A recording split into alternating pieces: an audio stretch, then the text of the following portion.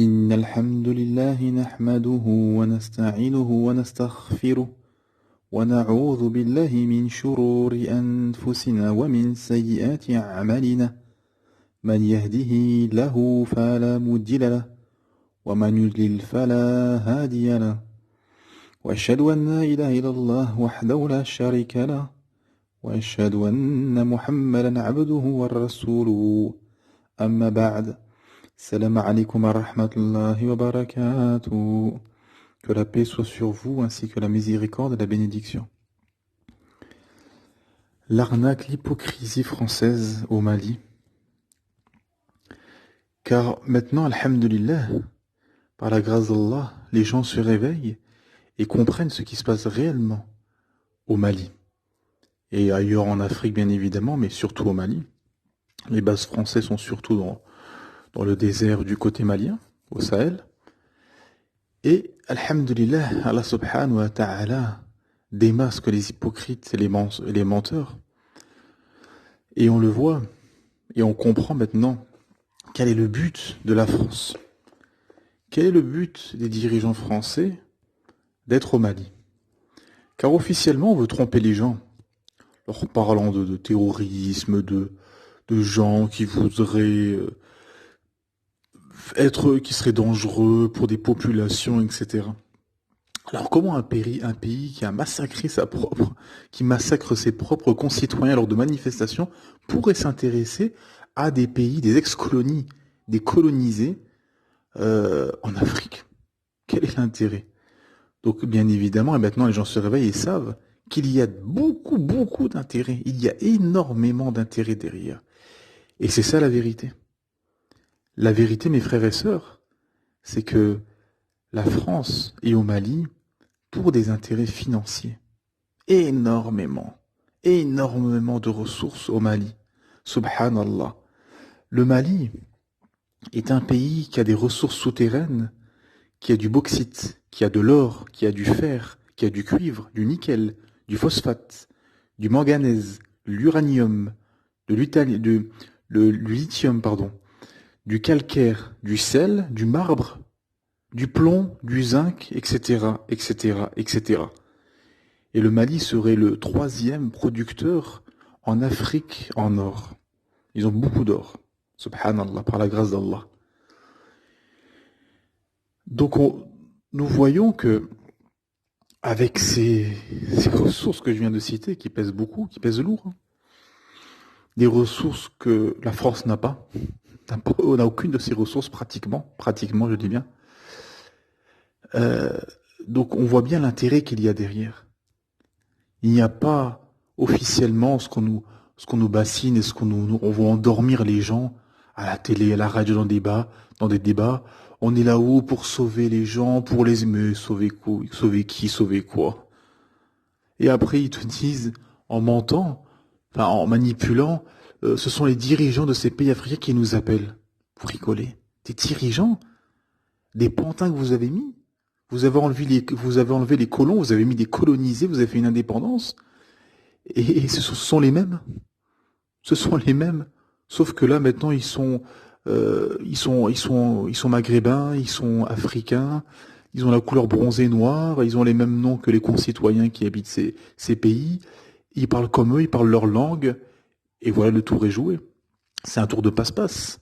Ce sont des sorciers, ces gens. Hein. Ce sont des sorciers, des manipulateurs. Et tout simplement, la France est là-haut pour des intérêts financiers, bien évidemment, mais c'est sûr, et tout le monde le sait.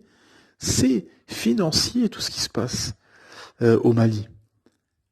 D'ailleurs, la preuve, ils te disent c'est pour protéger les populations. Dans ce cas-là, pour protéger les Ouïghours en Chine, les Raongués en Birmanie, aller en Corée du Nord, sauver les gens, à Cuba, aller dans certains pays, aller dans les endroits chauds du Mexique ou d'Amérique latine, des endroits très dangereux où les cartels de la drogue, où les cartels de la drogue font régner la terreur. Allez dans ces endroits-là si vous voulez sauver les gens. Non, ils vont dans des endroits où il y a des intérêts, où c'est stratégique, où il y a des intérêts financiers, où on peut importer des ressources et engranger un maximum d'argent. Et c'est ça le but. Et Allah subhanahu wa ta'ala nous dit, ils ont certes comploté, or leur complot est inscrit auprès d'Allah, même si leur complot était assez puissant pour faire disparaître les montagnes. Ne pense point qu'Allah manque à sa promesse envers ses messagers. Certes, Allah est tout-puissant et détenteur du pouvoir de punir. Au jour où la terre sera remplacée par une autre, de même que les cieux, et où les hommes comparaîtront devant Allah, l'unique, le dominateur suprême. Et ce jour-là, donc le jour du jugement, tu verras les coupables enchaînés les uns aux autres, leurs tuniques seront de goudron, et le feu couvrira leur visage. Tout cela afin qu'Allah rétribue chaque âme de ce qu'elle aura acquis. Certes, Allah est prompt dans ses comptes. Ceci est un message, le Coran, pour les gens afin qu'ils soient avertis, qu'ils sachent qu'il n'est qu'un Dieu unique, Allah, et pour que les doués d'intelligence s'exhortent. Surat 14, Ibrahim, versets 46 à 52. Subhanallah. Donc Allah subhanahu wa ta'ala nous explique dans les versets que je viens de lire que les gens rusent, complotent, manigancent, manipulent pour des intérêts mondains, pour des intérêts financiers ou autres. Et c'est ça que fait la France en Afrique, dans ses ex-colonies. Elle s'est arrangée, ils ont mis des indépendances et ils ont mis des colonisés à la tête de ces pays pour faire joli, pour faire plaisir aux gens, et le tour était joué, le tour de passe-passe était joué. C'est de la manipulation, c'est de la sorcellerie, hein. Ce sont des sorciers, hein.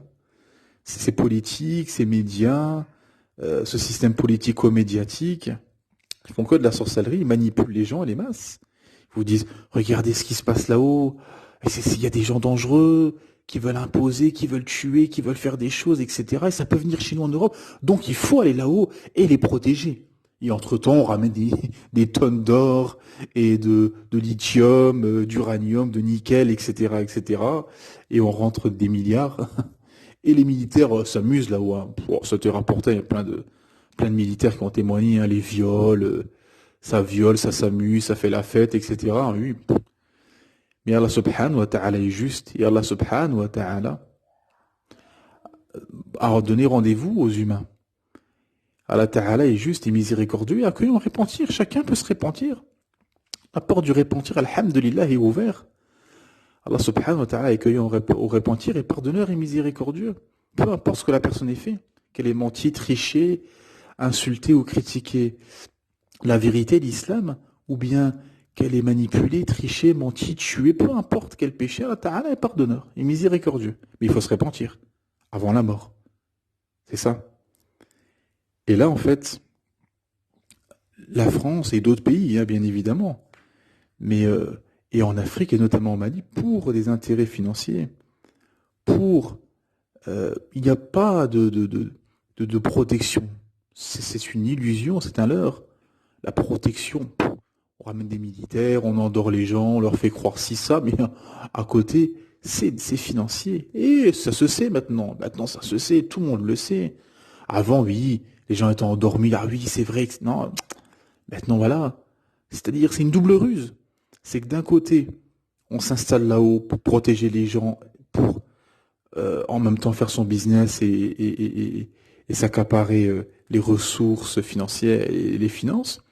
Et d'un autre côté, on désigne un ennemi qui est l'ennemi de ce système mondial, hein, ce système satanique, maçonnique sataniste mondial, qui veut plonger les peuples dans un athéisme ingrat individuel et les ramener en enfer, wal'iyadu billah, car c'est le plan de Satan, Iblis, na'alallah, le plan du diable, car ce qu'il faut savoir, c'est que le diable a été chassé du paradis, car il n'a pas voulu faire une inclinaison de salutation au prophète Adam, alayhi salam, et il a été maudit, et Allah Ta'ala l'a maudit, lui a dit de sortir de là, du paradis.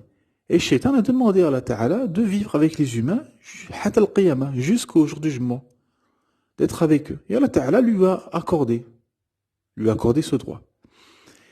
Et Shaitan a promis à Allah d'égarer les humains.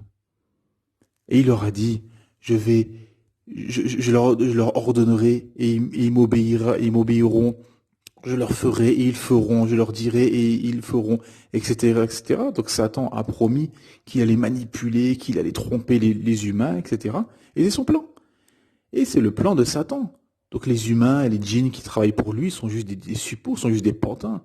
Tous ces dirigeants, ces journalistes, etc., ces polémistes, ces écrivains sont juste des pantins de Satan, sans le savoir, ils le savent même pas.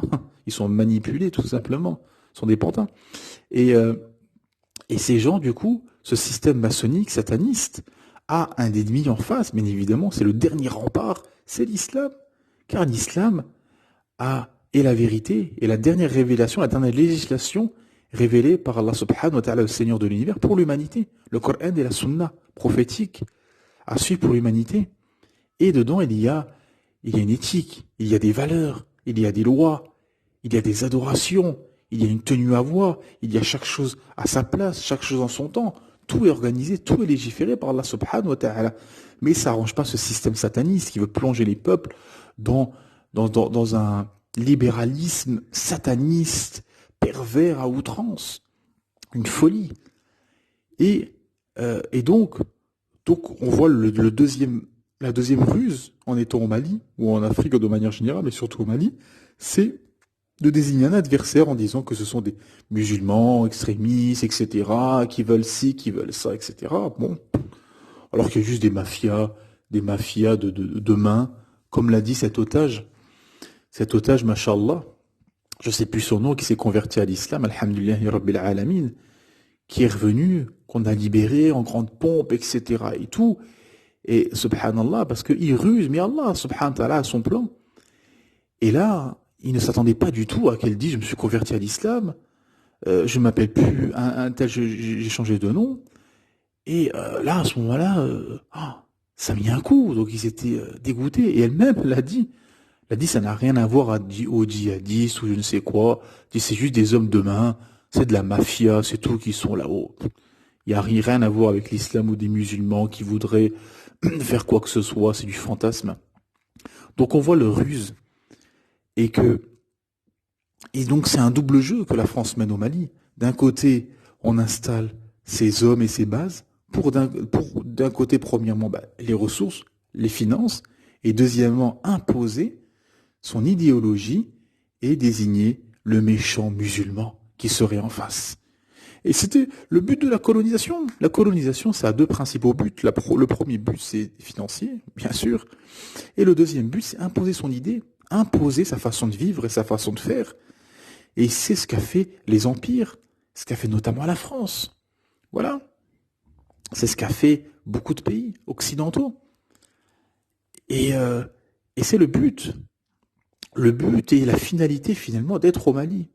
C'est tout simplement ça, mes frères et sœurs.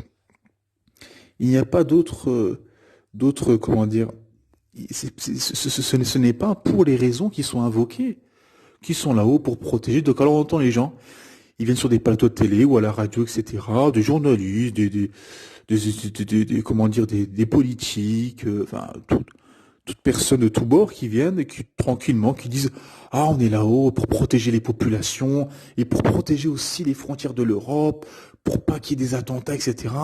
On est là-haut, c'est pour nous qui sont là-haut, qui se sacrifient, blabla, blabla. C'est absurde, comment on peut encore entendre ça? C'est n'importe quoi. Alors tout le monde sait que la France est là-haut pour l'argent. C'est là-haut pour les finances, que la France est là-haut pour les ressources énormes. La preuve de cela. Alors pourquoi vous n'allez pas dans des pays où il y a des minorités persécutées, où il n'y a rien à gagner? Au contraire, là, faut pas se frotter. Allez en Chine. Allez en Chine, protéger les Ouïghours. Allez affronter la Chine. Si vous êtes capable, si vous avez les épaules. Allez en Corée du Nord. Allez à Cuba. Allez dans les cartels de la drogue au Mexique, en Colombie. Allez dans les favelas au Brésil pour sauver les gens. Allez dans les bidonvilles en Inde pour protéger les gens. Allez protéger les Rohingyas en Birmanie. Allez-y. Allez dans ces endroits-là. Ils n'iront jamais. Parce que ou d'un côté, c'est des États qui sont trop forts et qu'il ne faut pas se frotter. Et d'un autre côté, il n'y a pas d'intérêt financier. Mais l'Afrique, c'est des États qui sont faibles, qui sont colonisés Et c'est des terres très très riches. Très très très très très riches. L'Afrique est un des pays, des continents, et peut-être le continent le plus riche au monde, subhanallah. Mais le plus pauvre en contrepartie. Le plus pauvre en contrepartie. Car Allah subhanahu wa ta'ala est juste. Et ça, je m'adresse notamment, cette partie de l'audio s'adresse notamment au peuple malien, aux Maliens et aux Africains de façon générale. Car Allah subhanahu wa ta'ala nous dit dans le Coran, Inna Allaha yughayyiru ma bi qawmin hatta yughayyiru ma bi anfusihim. Sourate le Tonnerre 13, signe 11. Traduction dans le sens des versets. En vérité, Allah ne change pas l'état d'un peuple tant que les individus qui le composent ne changent pas ce qui est en eux-mêmes. C'est clair. Voilà, tout est dit dans ce verset. Tout est dit. Donc si les gens veulent que ça change, que ce soit en Algérie, que ce soit dans les pays en général arabo-musulmans, africains, etc., s'ils veulent que ça change, il faut changer. Ce n'est pas en manifestant, ce n'est pas en faisant des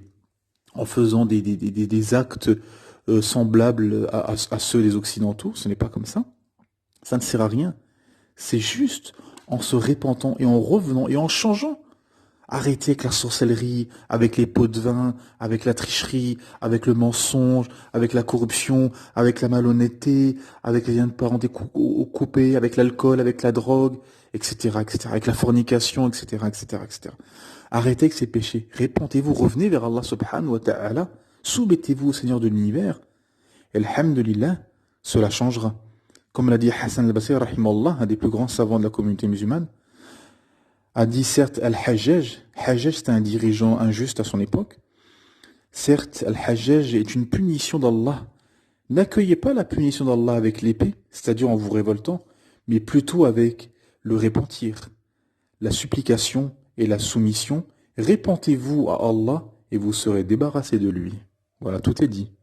Les gens science, les grands savants de notre communauté, en quelques phrases résumées parfois des discours, subhanallah, rahimahullah, qu'Allah lui fasse miséricorde, Hassan al-Basri, rahimahullah.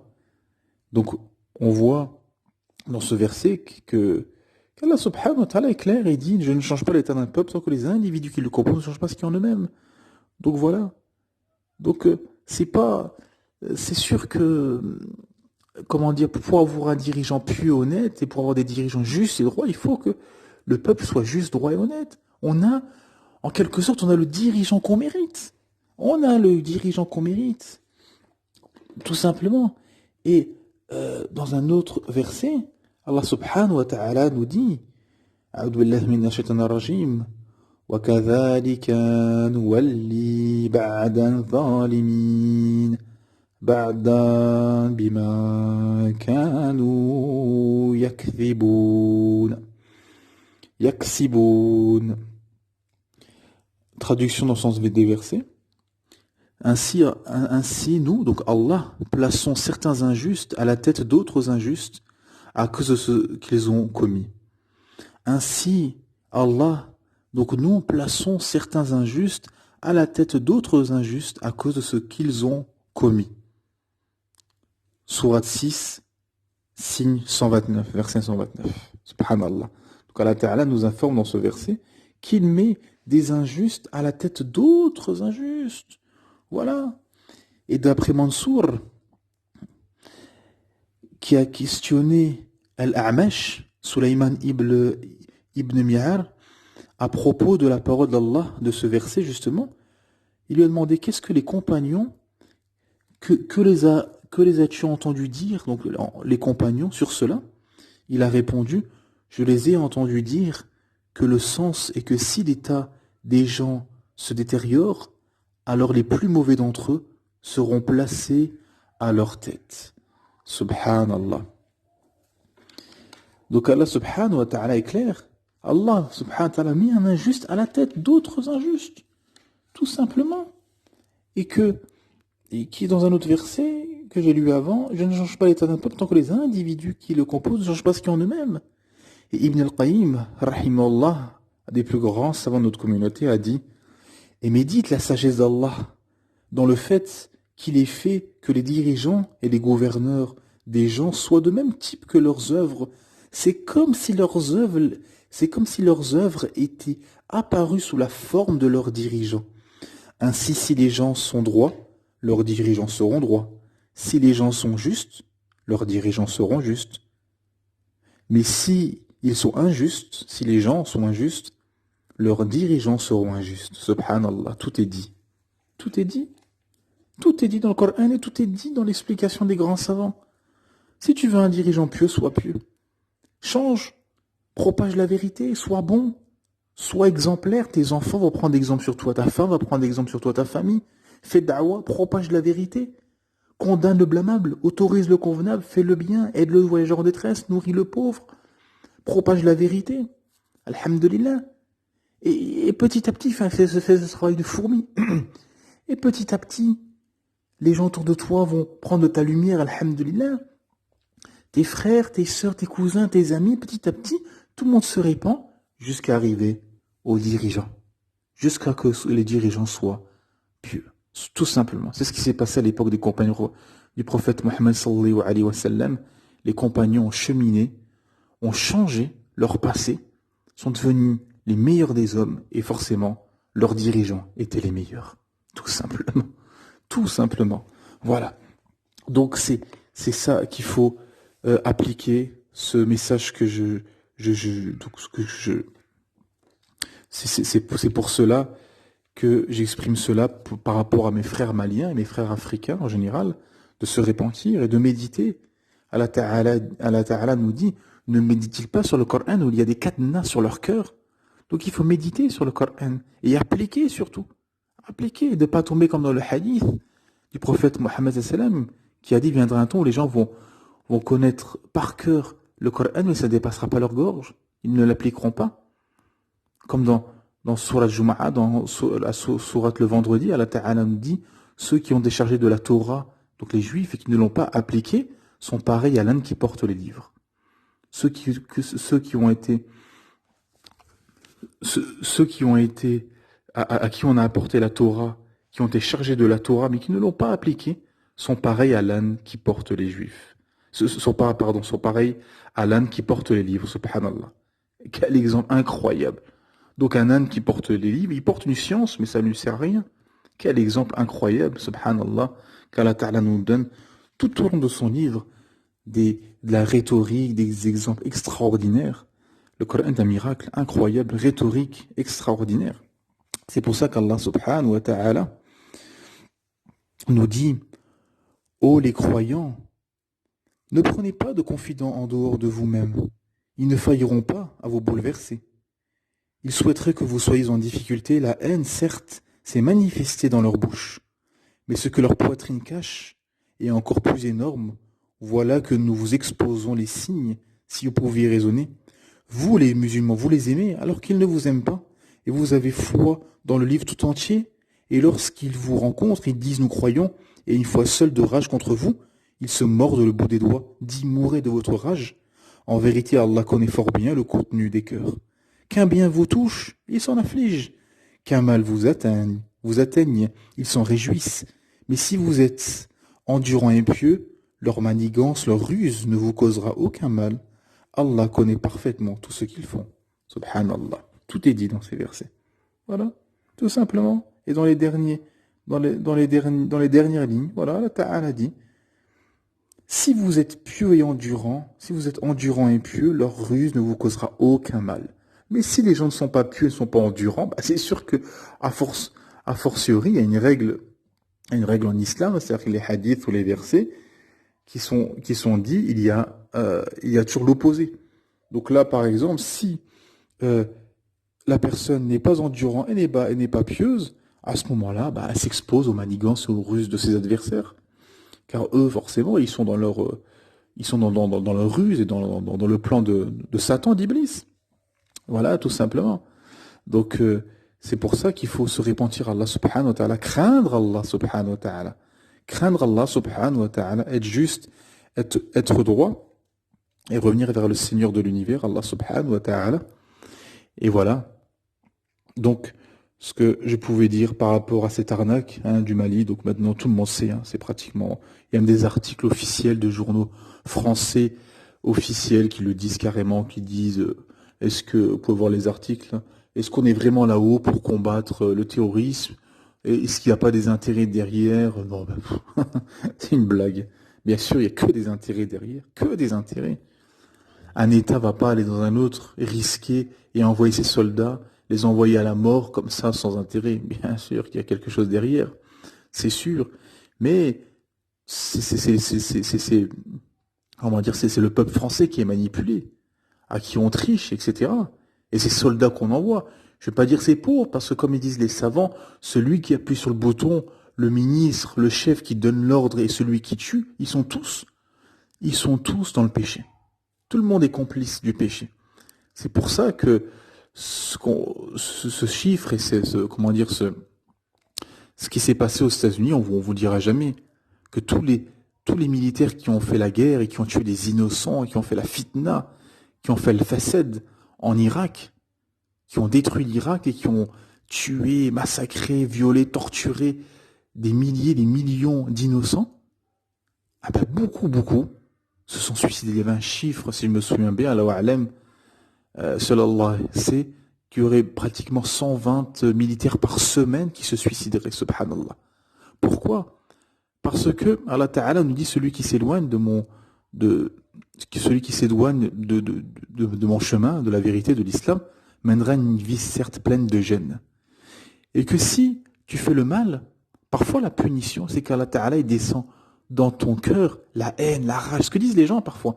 Je me sens pas bien, je suis triste, j'ai le cafard, c'est qu'Allah Ta'ala il a mis dans son cœur, il a mis le dégoût, la haine dans son cœur. C'est une punition. Mais en contrepartie, alhamdulillah, quand tu crois en Allah subhanahu wa ta'ala, que tu es relié à Allah subhanahu wa ta'ala descend dans ton cœur, il descend la sakina, la sérénité, la prospérité. Et tu es tranquille, tu es en paix avec toi-même, alhamdulillah, tu es sur le bon chemin, le chemin de la vérité. Mais celui qui est sur le mauvais chemin, et qu'en plus s'acharne à combattre la vérité, combattre Allah subhanahu wa ta'ala, Allah ta'ala descend dans son cœur, la rage, la haine. Et c'est pour ça que souvent les ennemis de l'islam, les journalistes, les polémistes, les politiciens, ils ont le visage aigri, ils ne sourient pas, ils sont stressés, nerveux, ils sortent des gros yeux, c'est épouvantable, hein, c'est affreux cette situation, c'est des pauvres d'eux, hein, c'est des pauvres gens, hein, ils doivent sans doute pas dormir la nuit, c'est effarant. Et voilà, donc c'est ça qu'il faut retenir, c'est que ce sont des ruses. Ce sont des ruses contre la vérité, subhanallah. Et comme je disais, donc il y a des suicidés, plein de militaires qui se suicident, car ils ont commis la haine et l'injustice. Et ils ont tué des innocents. Subhanallah. Mais Allah subhanahu wa ta'ala nous dit, et ne pense point qu'Allah soit inattentif à ce que font les injustes, il leur accordera un délai, jusqu'au jour où leurs regards se figeront, ils courront suppliants, levant la tête, les yeux hagards et les cœurs vides. Subhanallah. Sourate Abraham, versets 42, 43. Voilà.